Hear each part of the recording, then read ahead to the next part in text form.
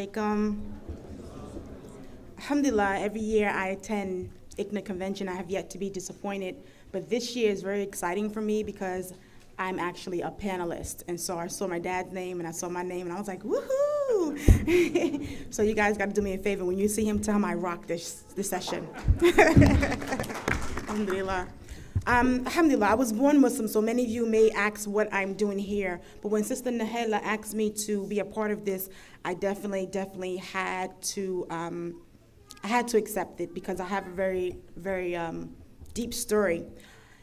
For those of you who know Imam Siraj Wahhaj, you would think because I'm his daughter that I'm somehow privileged or exempt from doing my own work or establishing my own connection with Allah.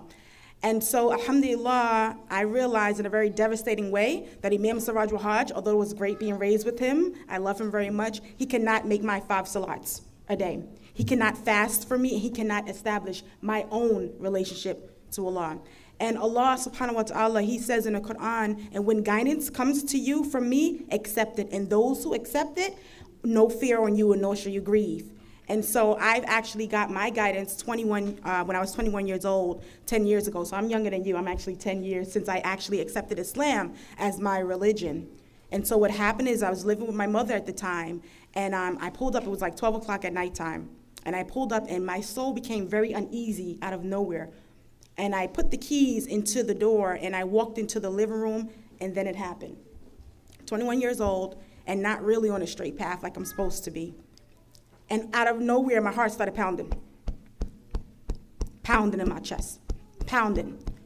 And then I started shivering. I started getting cold. And I'm looking at my hands, and I'm turning blue. And my mouth became dry. And I felt like I was losing control of my soul. And I knew at that moment that the angel of death came for me. I knew I was dying. It was no doubt about it. I was actually dying. And every second, the anxiety and the panic and the heartbeat would get faster and faster and faster. And I'm just looking like, oh, God, I'm about to see the angel of death. Oh, my God, I'm about to die. I'm 21 years old. I'm about to die. Like, what am I? Like, I'm about to meet God.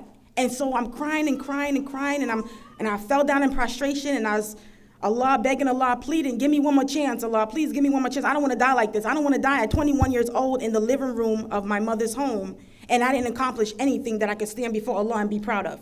And the things that I was accomplishing, I didn't want to meet Allah with. And so after 8 hours, brothers and sisters, 8 hours of a pounding chest, dry throat, skin is blue and cold, finally peace inundated me. Finally, my skin was the normal color again. I became warm again. At that moment, and I'm crying, thanking Allah, because I knew I had a second chance. Now, to this day, doctors couldn't tell me what happened. I'm going to doctors like, what happened? Did I lose my mind? What happened? What was it? No one could tell me what happened. I knew I was given a second chance at that moment, and I knew that if I did not turn my life around and make some major changes, that the inevitable was waiting for me, and inevitable would be hell. The lifestyle that I was living was not the lifestyle I'm living today. That was 10 years ago. Today I'm 31, so this is my 10-year anniversary of accepting Islam as my religion in my heart. Alhamdulillah.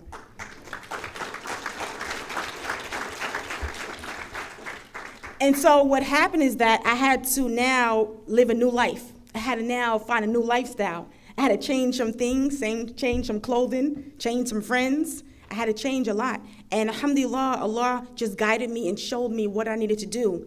And so it's 3 things that I want to give you today. 3 things that help me to climb up my ladder of success, to help me to establish my own connection with Allah. The first thing is the heart. Brothers and sisters, I don't care how much money you got. I don't care what status you got. I don't care what language and degrees you hold. If you do not address your heart, you will not have success. Well, let me say that again. If you do not address your heart, you will not have success. Allah talks about that surely he would change the condition of a man only when he changed what's in his heart. That he will not change the condition of any of you until you change what's in your heart. And I had to look at my heart and look at some things that I really didn't want to look at. And I had to analyze it and start taking that filth out. That filth that makes us procrastinate, makes us talk about people, make us do things that we're ashamed of at night. I had to go ahead and revamp my whole self.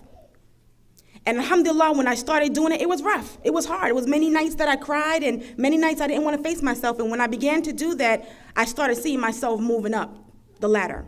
And then after I addressed my heart, now I had to address my mind. What is my mindset? Who am I hanging out with? What am I implanting in my mind? And I started implanting in my mind the things that I needed to get me where I wanted to go. I started changing my friends and changing the places I was attending and changing the things I was listening to and changing the things I was seeing and changing every single thing about that. And I was able to do that only because I was constantly cleansing my heart and constantly implanting new thoughts. And the last thing I started doing was the actions. I was taking massive action because I knew that I was 21 years old and about to die, and I can't explain what happened to me. And all I knew is that I didn't want to ever return to that state, and I didn't ever want to meet Allah in that state. And so I started asking Allah, what is it that you want me to do? What do you want me to do, Allah? Show me and guide me and direct me to what it is that you want me to do. Alhamdulillah, Allah started talking to me through the Quran. He started sending me message. One day I was walking, and I saw a bus drive by, and it was like an ad on a bus, and the answer was, there was an answer to a question I've been searching for. And he was just talking to me and sending me messages, and I started feeling special, and I started changing, I started looking at things differently and viewing the world differently, and I just started feeling love, and I said I want to help people, and I started traveling and doing this life coaching thing and motivational speaking, and I saw lives were being transformed, and I was touching people, and I said, SubhanAllah, Allah, I could not be where I am today if it's not because of what I went through. And a lot of times we don't embrace our journey. A lot of times we feel ashamed of being a gang leader, and we feel ashamed of not doing the right thing in college, and we feel ashamed, but the sooner you embrace your journey, embrace why Allah placed you in this time, in this age, the sooner you embrace that and run with it and find out what you're supposed to be doing here, the faster you'll climb up your ladder of success. Because every one of us want to be successful. I don't know anyone who says, what do you want to be when you grow up? I don't want to be successful. All of us want success. And you have to define what is success means to you.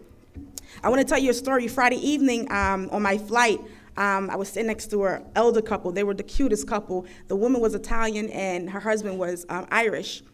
And so I was talking to her, and she was asking me, what do you do and where are you going? And we're talking about children and humanitarian issues. And she fell in love with me, and I fell in love with her. And I said at the end of the flight, I said, I love you guys. You guys I love the way you interact with your husband. What's your secret? She said, we both recently became widowed. And so we both found a friend in each other. And I just melted like, that's so sweet. So I said, I'm going to a convention. I would love for you to come. And so last night on my way to the hotel after I finished my session, the elevator doors open, and I thought it was a couple. And I was just like, oh my God, I'm so excited you came. And the lady was looking at me like, who are you? Who are you? And it wasn't them, but I was so excited because just, your mind, you see what you want to see. And I said, maybe they came. And at that moment, I said, I already did my job. I gave her the dawah. We talked the entire time on the plane, and it was just love. I never met this woman, but we both really loved each other. We were touching each other. You're on a plane, you're like, don't touch me. Let me hurry up and get there. We were touching each other and just like laughing and sharing pictures and things, and I really bonded with her, and that was the example of what it is to be a Muslim to her. So even if she never meets another Muslim in her entire life, she knows that she met that Muslim that day, and that Muslim changed her life in some way, a fashion or form that she would not have had been a different person. And so although I was excited to see the couple that resembled them in the elevator, I still was like, okay, I already sent them and delivered the message. And so I'm not going to take a lot of time, but my message today is this.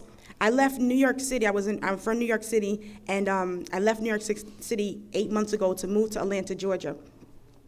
In 8 months, alhamdulillah, I have a radio show. I signed a contract for my own television show, the Hujra Hajj TV show. I have a mentorship program for girls ages 11 to 18 to stop them from becoming statistics. I do life coaching and motivational speaking. They're flying me in from state to state to give these powerful lectures. I moved into my own home. I'm a homeowner May 1st, subhanAllah, and alhamdulillah. All praises due to God, and I'm writing a book called How to Love a Muslim Man, 100 Interviews with 100 Muslim Men. Ooh. I know. I gave some of the secrets last night to the sisters, and they were so excited, like, you have to tell me when the book is coming out. And I had some sisters who met me last night, and they pre-ordered the book. So, mashallah, they're excited. And I'm excited, too, because is the psychology of a Muslim man different from one that is not? Yes, it is. And I've, alhamdulillah, had a chance to interview hundreds of Muslim men from Pakistan to Bangladesh to Latino to African American, Latino, every Asian, doctors, lawyers, politicians, scholars, and students, and they gave up the information of what they want in a woman and what to do and what not to do in their marriage. It's very interesting. I know, Brother Mujahid. I know. He looking like, you want to pre-order? Alhamdulillah. So I'm about to be an author. I said that I'm about to be an author. But I tell you this because the girl I was 10 years ago, the girl that was about to die in my mother's living room is not the girl I stand before you today, and it's only because I did some real work with the heart, with the mind, and with the limbs. And I'm saying if I can do it, wallahi, you guys can do it too. I love you. You guys are great. Assalamu alaikum wa rahmatullahi wa barakatuh.